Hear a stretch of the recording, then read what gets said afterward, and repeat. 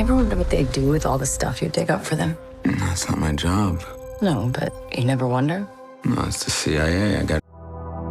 At the gripping conclusion of The Amateur, Charles Heller, Rami Malek, finally tracks down the last man responsible for his wife's death, a high-ranking terrorist hidden deep within a fortified compound in Istanbul. After a brutal firefight, Charles corners him, gun in hand, but instead of pulling the trigger, he hesitates.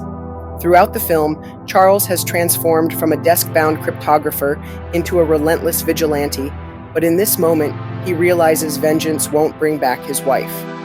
Just as he lowers his weapon, CIA Deputy Director Moore, Holt McCallany, arrives with a tactical team, revealing that the agency had been shadowing Charles the entire time. Moore coldly informs him that his mission is over, but so is his freedom.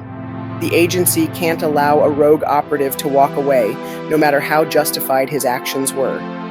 As Charles is escorted to an extraction vehicle, he notices something off.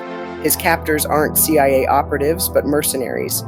In a shocking twist, he realizes that Moore never intended to bring him back to Langley.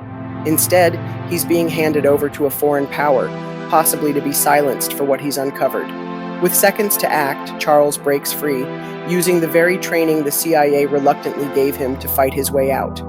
In a frantic chase through the narrow streets of Istanbul, he barely escapes, now a fugitive from the very organization he once served. As he disappears into the shadows, he sends an encrypted message to his only remaining ally, a journalist, Rachel Brosnahan, who had been tracking his story.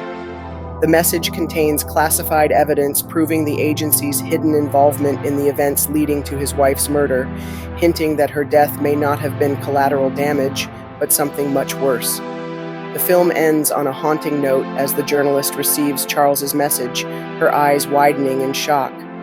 Meanwhile, somewhere in the world, Charles prepares for his next move, no longer driven by revenge, but by the need to expose the truth.